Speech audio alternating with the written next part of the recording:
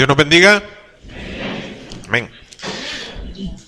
Les voy a pedir que me acompañen por favor en sus Biblias al Evangelio de Lucas, capítulo 2. Vamos a leer los versículos del 41 al 52. Lucas 2, del 41 al 52. Cuando lo encuentre puede ponerse de pie, o si no tiene Biblia, igual nos ponemos de pie en señal de respeto para leer la palabra de Dios. Lucas 2, del 41 al 52. Lucas es el tercer libro del Nuevo Testamento. Mateo, Marcos y después va Lucas. Dice la Biblia así: iban sus padres todos los años a Jerusalén en la fiesta de la Pascua, y cuando tuvo 12 años, subieron a Jerusalén conforme a la costumbre de la fiesta. Al regresar ellos, acabada la fiesta, se quedó el niño Jesús en Jerusalén, sin que lo supiesen José y su madre. Y pensando que estaba entre la compañía, anduvieron camino de un día, y le buscaban entre los parientes y los conocidos. Pero como no le hallaron, volvieron a Jerusalén buscándole. Y aconteció que 3 días después le hallaron en el templo, sentado en medio de los doctores de la ley, oyéndoles y preguntándoles. Y todos los que le oían se maravillaban de su inteligencia y de sus respuestas. Cuando le vieron, se sorprendieron, y le dijo su madre: Hijo, ¿por qué nos has hecho así? He aquí tu padre y yo te hemos buscado con angustia. Entonces él les dijo: ¿por qué me buscabais? ¿No sabíais que en los negocios de mi padre me es necesario estar? Mas ellos no entendieron las palabras que les habló. Y descendió con ellos y volvió a Nazaret, y estaba sujeto a ellos, y su madre guardaba todas estas cosas en su corazón. Y Jesús crecía en sabiduría y en estatura, y en gracia para con Dios y los hombres. Oremos. Señor, te damos gracias por este día, te bendecimos, Señor, porque tú eres bueno, nos has dado un día más de vida, podemos iniciar una semana más, y te agradecemos, Señor, porque lo podemos hacer en tu casa. Gracias, Señor, porque podemos tener acceso a leer tu palabra, Señor, a conocer cómo fue la vida de tu Hijo Jesús cuando habitó entre nosotros. Te agradecemos, Señor, por ese privilegio, porque no todos tienen acceso a tu palabra, Señor, a poderte conocer. Te agradecemos, Señor, porque tenemos un lugar para reunirnos con nuestros hermanos y hermanas para adorarte, Señor, para alabarte, para aprender de ti y compartir de ti. Te pedimos, Señor, que en este momento podamos recibir palabra tuya en nuestros corazones, Señor, que seas tú el que nos hable, que seas tú el que pueda redarguir nuestros corazones, Señor, enseñarnos, guiarnos, que podamos recibir esa palabra de ti. Señor, yo me pongo a un lado, Señor, y te pido que solo sea un instrumento, Señor, que no sea mi conocimiento, Señor, lo que hable, porque eso no les puede ayudar en nada a mis hermanos, Señor, pero que sea tu Espíritu Santo el que hable a través de la palabra, para que podamos todos ser edificados. En el nombre de Jesús, amén. Pueden tomar asiento. Muy bien, hemos estado hablando acerca de cómo la vida de Jesús debe ser un ejemplo para nosotros, para cómo vivir nuestra vida.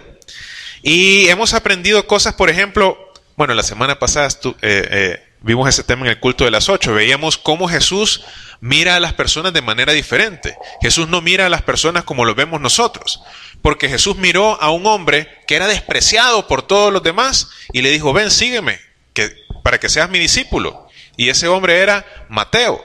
Mateo, los demás lo miraban de menos por el trabajo que él tenía, que él era recolector de impuestos, él caía mal, pero Jesús vio en él a una persona que iba a ir y que iba a compartir su evangelio, sus buenas noticias con todo el mundo prácticamente, porque hoy el evangelio de Mateo es parte de la Biblia, es parte del Nuevo Testamento, está en todo el mundo. Vino ese evangelio, el Señor utilizó a este hombre que era despreciado por los demás para poderlo escribir. Entonces el Señor mira a las personas de manera diferente. También aprendíamos, por ejemplo, en el caso de Pedro, cuando le llegaron a cobrar el dinero que tenían que pagar del impuesto del templo, llegaron y le dijeron: mira, Pedro, y ustedes van a pagar el impuesto. Y el Señor le dijo: Pedro, no te preocupes, mira, para que estos no digan, aunque nosotros no deberíamos de pagarlo, pero para que no digan, anda y tira el anzuelo y saca un pez, y en el pez vas a encontrar una moneda. Recuerden que estudiamos eso y decíamos que el Señor tiene la potestad de proveernos tanto espiritual como físicamente, materialmente, en el momento en que Él lo quiera. Si nosotros estamos dispuestos a obedecerle y a poner nuestros dones al servicio de Él, nuestras habilidades al servicio de Él. Y vemos que el Señor Jesús prácticamente tenía una solución para todo, porque Él es Dios. Él pudo enfrentarse al enemigo, al diablo cara a cara y lo pudo vencer. Pudo enfrentarse a la muerte y la pudo vencer. Y Él pudo hacer todo eso porque Él se mantuvo, a pesar de que Él era hombre, Él era Dios, sí, pero se hizo hombre, dice la Biblia. Se hizo hombre, se hizo como nosotros. Pero a pesar de todo eso, de que vivió lo que nosotros vivimos, pasó hambre, pasó calor, pasó momentos de preocupación y angustia. A pesar de todo eso, Él mantuvo una relación fuerte con su Padre. Él mantuvo una relación cercana con su Padre. Y eso es una de las cosas que vamos a estar estudiando ahora. La relación de Jesús con su Padre. La relación de Jesús con su Padre la podemos ver ya desde este momento que Él estaba pequeño, fíjense. Desde que Él estaba pequeño, dice la Biblia que los judíos tenían por costumbre, era una de las normas que Dios les había puesto, que en la fiesta de la Pascua tenían que ir a Jerusalén. Entonces, yo les he comentado antes que Israel era una ciudad aproximadamente del tamaño, un país aproximadamente del tamaño de El Salvador. No muy diferente, aún en esa época. Entonces, es como que digamos, para la Semana Santa, todos tienen que ir a San Salvador y presentarse en San Salvador, y ahí nos vamos a reunir a adorar a Dios. Entonces tenían que venir las personas de San Miguel, las personas de Santa Ana, las personas de La Unión, de Morazán, tenían que venir todos y reunirse en San Salvador porque iba a haber un culto especial. Y era una fiesta prácticamente, una fiesta espiritual que ellos hacían durante toda esa semana. Entonces, claro, en ese tiempo no habían rutas de buses, ¿verdad? Sino que cada quien se iba caminando o lo más en un burrito de la 101B, ¿verdad? Entonces, ellos llegaron a la ciudad de Jerusalén y cuando terminó la fiesta, que ya iban de regreso, pues se iban en grupos. O sea, probablemente los de Nazaret, que se conocían, ahí tenían su familia, se iban. Ya nos vamos. Pero un día de camino había pasado. Y quizás yo me imagino que cuando llegó la noche, ya que ya se puso oscuro, que dijeron, vaya, por aquí nos vamos a detener para pasar la noche. Comenzaron a buscar, bueno, ¿y Jesús? No sé, no venía con tu tío. Y van a ver donde el tío de José. O con ustedes venía Jesús. No, tal vez venía con la prima de María. Y se van a ver allá donde la prima. Y aquí está Jesús. No, ¿a quiénes de los papás ya se les han perdido los hijos alguna vez? Qué angustia, ¿eh? Qué angustia. Una vez yo me le perdí a mi mamá. Bueno, por lo menos yo creí que yo me la había perdido. Pero era porque me había dejado haciendo un berrinche. Yo quería, no me acuerdo qué quería que me comprara. Y yo me quedé haciendo berrinche y ella se fue a esconder. Y después yo la andaba buscando y ella dice que ahí escondida me estaba viendo. Hasta que por fin la encontré. Cree que le volvió a hacer un berrinche en la calle para que me comprara algo. Pero bien, en este caso ellos eran los que estaban angustiados. Y se regresaron a Jerusalén, ni modo, regresémonos, dijeron. Se regresaron y vinieron a encontrar a Jesús con los maestros de la ley, con los pastores, con los que enseñaban la Biblia. Y dice la Biblia en el versículo 46, dice, 3 días después lo encontraron en el templo, sentado en medio de los doctores de la ley, oyéndoles y preguntándoles. Y todos los que le conocían se maravillaban de su inteligencia y de sus respuestas. Cuando le vieron se sorprendieron y le dijo a su madre, hijo, ¿por qué nos has hecho así? He aquí, tu padre y yo te hemos buscado con angustia. O sea que María vino y le dijo, mira, tu papá y yo te hemos estado buscando. Y Jesús le dijo, ¿por qué me buscabais? ¿No sabíais que en los negocios de mi padre me es necesario estar? Ahora fíjese, cuando María le dice así, en el versículo 48 dice, he aquí tu padre. Si se fija, padre está con minúscula. ¿A quién se está refiriendo María? A José. Pero dice en el versículo 48, en el 49, Jesús le dijo, en los negocios de mi padre. Y ahí está padre con mayúscula. ¿A quién se está refiriendo Jesús? A Dios. Jesús desde pequeño, él sabía quién era su padre. Sí, José tuvo un rol crítico en la vida de Jesús, un rol importante. Si eso no hubiera sido así, Dios no se hubiera tomado la molestia de elegir a José, decirle, mira, no dejes a María, quédate con ella, tenés una responsabilidad que cumplir, ustedes han sido elegidos para criar a este niño. José tenía un rol crítico, sí fue el padre terrenal de Jesús, pero Jesús tenía bien claro, aún desde pequeño, quién era su Padre celestial. Y la prioridad de Jesús siempre fue su Padre celestial. Jesús estaba sujeto a ellos, y lo dice más adelante, era obediente con ellos. Pero Jesús tenía una relación cercana con su Padre celestial, y algo que podemos ver acá, por ejemplo, es que Jesús conocía muy bien la Biblia, aún desde los 12 años. Él estaba sentado con los maestros de la ley, ¿y de qué creen que estaban platicando? De cómo había quedado el Real Madrid el domingo pasado. ¿De quién ha ganado más Copas del Rey? ¿De cómo iba la novela? ¿Cuál es la novela que están dando hoy a las 2 de la tarde? Ay, sí. Pero a veces nos reunimos y con los hermanos y para platicar de la novela. Para platicar de las elecciones de Estados Unidos. Está bien, hay que saber, sí. Pero Jesús tenía, aún a su edad temprana, un conocimiento firme de la palabra de Dios. Eso era una de las cosas críticas que a Jesús le daban su identidad.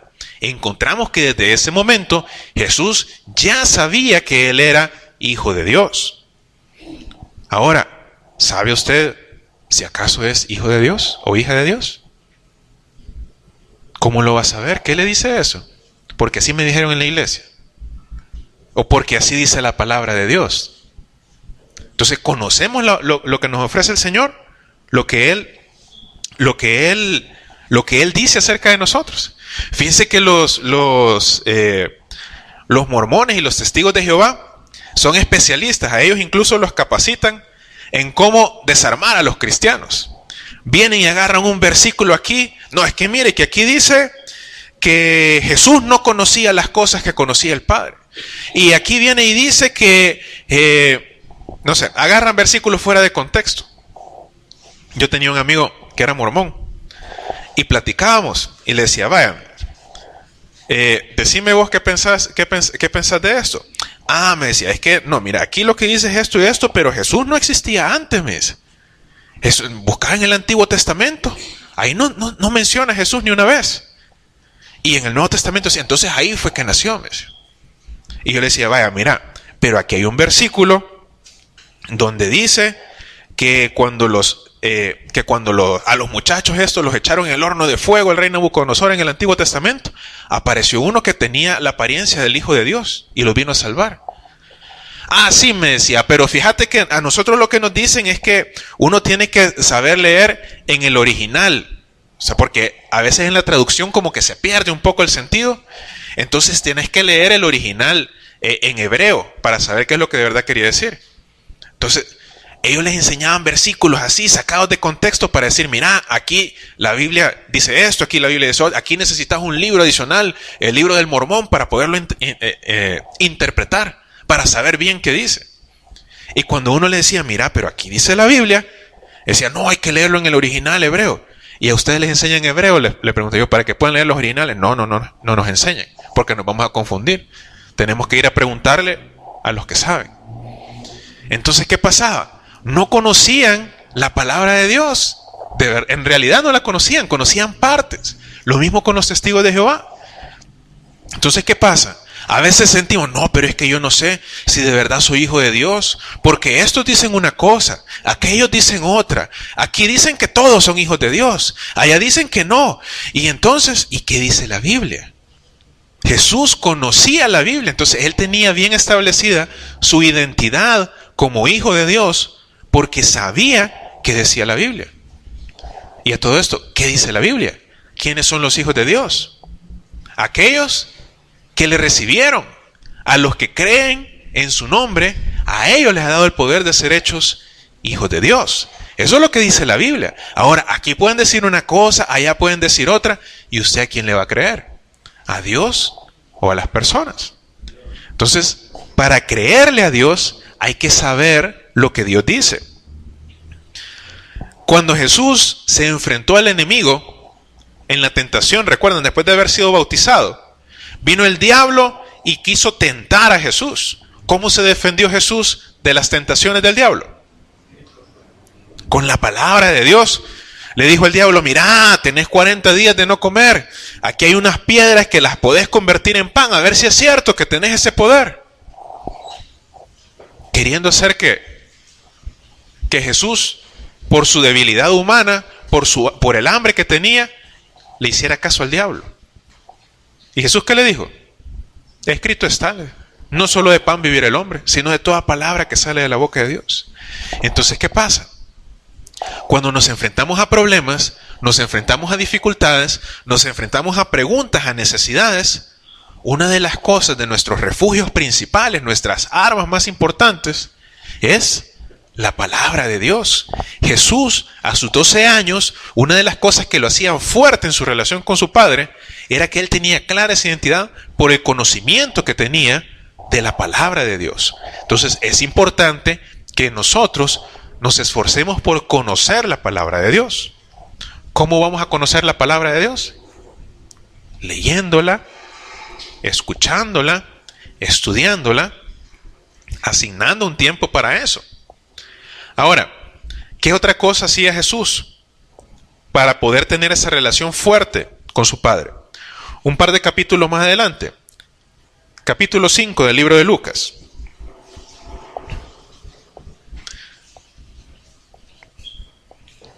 Miren, en el capítulo 5 comenzamos ya a encontrar varios milagros que hacía Jesús. Y Jesús hacía milagros sobrenaturales. Levantar paralíticos, darle vista a los ciegos, podía calmar los mares, calmar las tormentas, multiplicar los panes.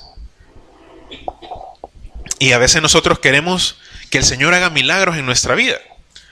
¿Quién quiere que el Señor haga un milagro en su vida? Yo quiero que el Señor haga un milagro en mi vida. Sin embargo, veamos cómo era la vida de Jesús para que Dios obrara tan frecuentemente a través de él. Mire lo que dice capítulo 5, versículo 15.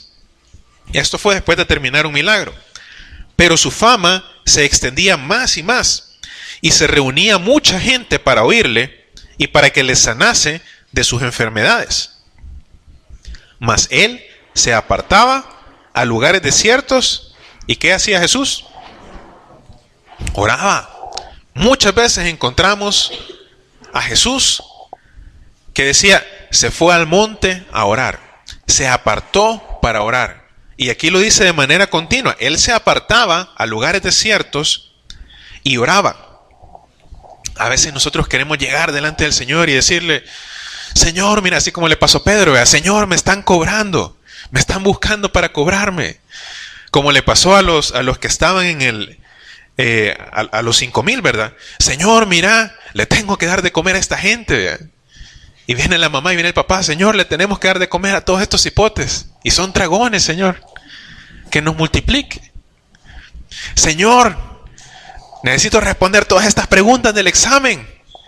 Pero me acordé de orar hasta que ya estaba sentado con el lápiz número 2 en la mano y dice, rellene las chibolitas. Hasta el día de la paz me acordé de orar. ¿Y qué pasa? ¿Será que esa es la vida de oración que Jesús tenía? ¿Es esa la vida de oración que nos lleva a ver milagros en nuestras vidas? Miren, nosotros ahora a veces le pedimos milagros a estos aparatitos. ¿Verdad? Con estos aparatitos podemos hacer de todo. Podemos hacer llamadas, que para eso eran, mandar mensajes, buscar en internet, le preguntan cualquier cosa, si le dieran esta a la hora de la paz, ahí sí sale un milagro, pero no se puede. Y ahí anda el montón, aplicaciones, juegos, programas, de todo. Pero ¿qué pasa si yo no lo cargo? ¿Para qué sirve? Para que no se me vuelen los papeles, ¿verdad? Para eso sí puede servir. Pero para todas las demás cosas, no. Ayer me pasó. Ayer estaba en el carro yo, ahí esperando a mi esposa afuera, y me dice mi hija, préstame el teléfono para jugar en lo que esperamos. Se lo presté. Se acabó la batería, ¿verdad? Se acabó la batería jugando, yo no tenía mucho. Y después mi esposa queriéndome llamar porque no nos miraba. En el carro nosotros nos habíamos acostado en los asientos, así que salió allá. No vio las cabezas en el carro, vino aquí a la oficina, no nos vio. Ahí nos andaba buscando por todos lados. Ya no servía ni para las llamadas porque se le acabó la batería. Hay algunos cristianos que se les olvida que para poder tener acceso a todas esas cosas que el Señor nos ha ofrecido, tenemos que recargarnos. ¿Y cómo nos tenemos que recargar? No vaya a meter los dedos ahí en el... Y algunos aprendieron esa lección por las malas, ¿verdad? ¿Cómo nos recargamos los cristianos? Orando. ¿Cómo se recargaba Jesús? Orando, platicando con Dios, deteniéndonos un momento. Mire, y a mí me pasa a veces, tanta carrera que tengo que trabajar, que tengo que salir aquí, que tengo que hacer esto, y se me olvida orar y me dice mi esposa, ¿ya oraste hoy? Me dice, ay, le doy gracias a Dios por ella, porque ella me dice, ¿hoy ya oraste? O a veces estoy con un problema y no hay cómo resolverlo, que mira que esto se me ha trabado y necesito, y ya oraste, me dice. Sí, tenés razón, ya me pongo yo a orar. A mi hija le estamos enseñando lo mismo. Y ahí vamos. ¿Por qué? Porque el mundo trata de distraernos. Pero Jesús, ¿qué hacía para que el mundo no lo distrajera?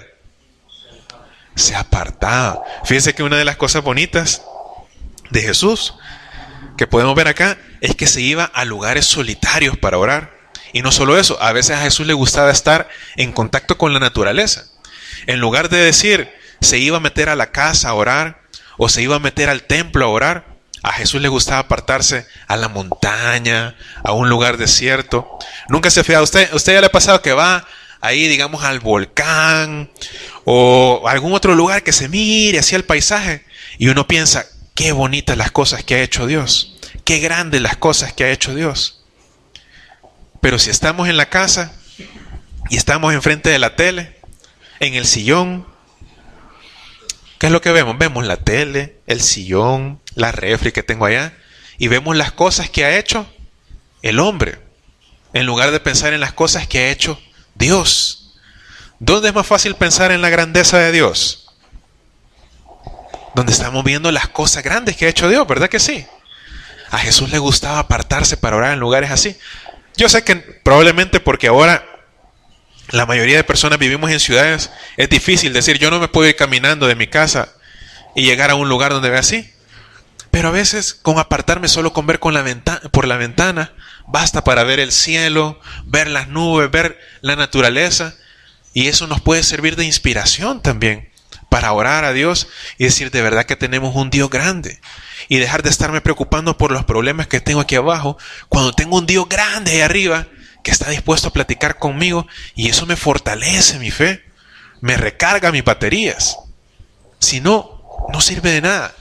Podemos ir creando, fortaleciendo esa relación y de verdad tener algo bueno con Dios, tener algo cercano. Bueno, yo le doy gracias a Dios porque este año nosotros cumplimos 10 años de casados con mi esposa. Y no solo eso, cumplimos también 15 años de ser novios. Porque seguimos siendo novios también, no dejamos de ser novios el día que nos casamos. Pero ¿sabe qué? Nosotros pasamos una prueba bien difícil. Cuando yo tenía 18 años, creo, ya éramos novios. Nos fuimos para Estados Unidos por 2 años. Y allá, yo estaba allá y ella estaba aquí. Y a ella le decían, no, que allá se va a conseguir una gringa. Y allá me decían, no, aquí te vas a encontrar otra. Y mire, ¿sabe? Fue bien difícil. Yo cuando regresamos por fin, después de los 2 años, ¿cree que la encontré? Sí, pues sí, la encontré. ¿Pero por qué la encontré? Porque yo la llamaba. Ahí estás todavía. No te olvides de mí, decía. Y cuando vine de regreso, le traje una caja llena de tarjetas telefónicas gastadas, de las tarjetas de recarga. En ese tiempo eran más, porque yo las iba guardando todas. Y le traje la caja llena de tarjetas telefónicas. Ni siquiera las tenía todas, algunas se me habían perdido. Pero eran más de $1,000, ¿verdad? En tarjetas de $5 a través de 2 años. Ahora, yo traía toda esa caja de tarjetas telefónicas. Yo me había gastado más de $1,000 para poderle estar hablando a ella durante 2 años. ¿Qué cree que hubiera pasado si yo le digo, mira, yo voy a regresar en 2 años, espérame, y no le llamo? ¿Qué cree que hubiera pasado? ¿Cree que estaríamos ahorita celebrando 10 años de casados? ¿Verdad que no? ¿Por qué? Porque ¿qué fue lo que mantuvo nuestra relación estrecha? La comunicación. Entonces nosotros a veces queremos llegar delante de Dios después de 2 años y el Señor, ve, este tenía 2 años de no verlo y hoy está orando porque, ¿por qué? Porque tiene una necesidad, porque le apretó el zapato, porque está pidiendo algo, porque quiere algo. Si fuera así, si yo le digo, mira, ahora casate conmigo después de 2 años, me hubiera dicho, yo ya no te conozco, yo no sé qué has hecho. Pero no, si mantenemos una relación constante, eso se va fortaleciendo y puede ir creciendo y creciendo y creciendo. Lo que le permitía, otra de las cosas que le permitía a Jesús tener esta relación estrecha con su Padre, era la comunicación constante, la oración. Ahora les voy a pedir que me acompañen, hoy sí más adelante en la Biblia, a Filipenses. Filipenses capítulo 2. Después de Lucas va Lucas, Juan, Hechos, Romanos, Corintios, Gálatas, Efesios, Filipenses. Filipenses capítulo 2, versículos del 5 al 11. Otra característica de Cristo Jesús que era clave en su relación con el Padre. Dice así, Filipenses 2:5. Haya pues en vosotros este sentir que hubo también en Cristo Jesús, el cual, siendo en forma de Dios, no estimó el ser igual a Dios como cosa a que aferrarse, sino que se despojó a sí mismo, tomando forma de siervo, hecho semejante a los hombres, y estando en condición de hombre, se humilló a sí mismo, haciéndose obediente hasta la muerte, y muerte de cruz, por lo cual Dios también le exaltó hasta lo sumo, y le dio un nombre que es sobre todo nombre, para que en el nombre de Jesús se doble toda rodilla de los que están en los cielos y en la tierra y debajo de la tierra, y toda lengua confiese que Jesucristo es el Señor, para gloria de Dios Padre. ¿Cómo fue que Jesús logró todo esto? A través de la humildad y la obediencia. Dice que se humilló a sí mismo y se hizo obediente hasta la muerte. Ahora, para Jesús fue difícil tomar ese paso. Lo encontramos en el jardín del Getsemaní, en el sufrimiento que él llevó por la vía dolorosa. Fue difícil. Sin embargo, él mantuvo su obediencia. No fue una obediencia solo de un instante, solo de un día. Fue desde el principio hasta el final, porque en el pasaje que leímos al principio, en Lucas 2, dice la Biblia, Lucas 2:51, cuando Jesús regresó, cuando él estaba pequeño, descendió con ellos y volvió a Nazaret y estaba sujeto a ellos. Jesús era obediente cuando tenía que ser obediente a sus padres terrenales, porque todavía estaba creciendo, aprendiendo. Él era obediente y estaba sujeto a sus padres terrenales como representantes de la autoridad de Dios. Cuando él ya era un adulto independiente, estaba sujeto a su Padre Celestial y era obediente a su Padre Celestial. Entonces, esa obediencia, la obediencia y la humildad van bien relacionados. Alguien que no es humilde no puede ser obediente. Yo les conté una vez que a mí me pasó. Habíamos ido con mi familia, yo tenía quizás unos 12, 13 años, no me acuerdo bien, al lago Suchitlán, este que está allá del Suntepec, que se puede llegar, del lado del, whatever. Habíamos ido ahí y andábamos caminando por la orilla del lago y yo iba adelante, ¿verdad? Y me llama mi papá y me dice, no te vayas por ahí, venite de este lado. No, aquí voy a pasarle. Y yo no había visto que primero había un gran lodazal y adelante había una cerca. Y yo iba caminando y de pronto veo el lodo y el lodo cada vez más hondo. Y yo, ya voy a pasar. Y cuando llego, que ya el lodo estaba bien hondo, me encuentro con la cerca. Entonces, ¿qué me tocó? Regresarme por los mismos hoyos que había abierto en el lodo. Ahí me fui metiendo. Lodo podrido, qué día. Hasta el pantalón me llené. ¿Pero qué pasó? Al principio no hice caso. Ya después lo que me mantenía era el orgullo, porque yo no, por lo menos aquí voy a pasar. Pero ¿qué pasó? Me encontré con la cerca y me tocó regresarme por los mismos pasos que había dado. Ahí me tocó doblar mi orgullo y decir, tenía razón mi papá, mejor me voy a ir por aquí. Ya después me pasaron molestando todo el viaje porque ya yo. Entonces, a veces el orgullo no nos deja ser obedientes. Reconocer que nuestros padres pueden tener más experiencia que nosotros. Que nuestros padres por alguna razón nos están diciendo las cosas. Nos dicen, mira, con esos amigos no te juntes. Pero pensamos que, no, ya tengo 15 años. Sí, yo también me acuerdo cuando tenía 15 años y hacía cosas así. Y ahora los que son papás se acuerdan de los consejos que les daban y dicen, tenía razón mi papá, ¿verdad? Mira, no te juntes, no andes de novio con ese muchacho, o no andes de novia con esa muchacha, no te conviene, no son buenos para ti. No, pero yo la amo, papá, yo la amo, mamá, no me importa. ¿Sí? Y pensamos que sabemos más. Y eso se llama orgullo. Y el orgullo trae desobediencia, que es lo contrario de lo que Jesús manifestaba.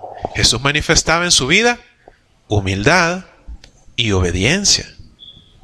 Ahora, queremos que el Señor Dios esté a la par nuestra en cada momento que lo necesitamos, que bendiga nuestra relación, que bendiga nuestra vida, que nos saque adelante, que en el momento en que no nos alcance, que nos diga, mira, ahí saca un pez y ahí están las 2 monedas y que haga los milagros en nuestra vida. Sí, todo eso lo queremos, pero entonces tenemos que vivir la vida como a Él le gusta, conociendo la palabra de Dios, sabiendo por qué creemos esto, teniendo una comunicación constante con Dios y siendo obedientes y humildes. Eso es lo que Él espera de nosotros. Esto es parte de lo que podemos aprender de Él. Pero así era la vida de Jesús. Así era la vida de Jesús. Queremos tener una vida exitosa. Queremos salir adelante. Queremos tener el respaldo de Dios en nuestras vidas.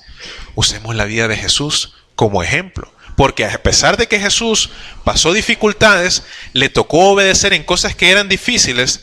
Dice la Biblia de que en el versículo 9 siempre de Filipenses 2, por lo cual Dios también le exaltó hasta lo sumo y le dio un nombre que es sobre todo nombre, para que en el nombre de Jesús se doble toda rodilla de los que están en los cielos y en la tierra y debajo de la tierra, y toda lengua confiese que Jesucristo es el Señor, para gloria de Dios Padre.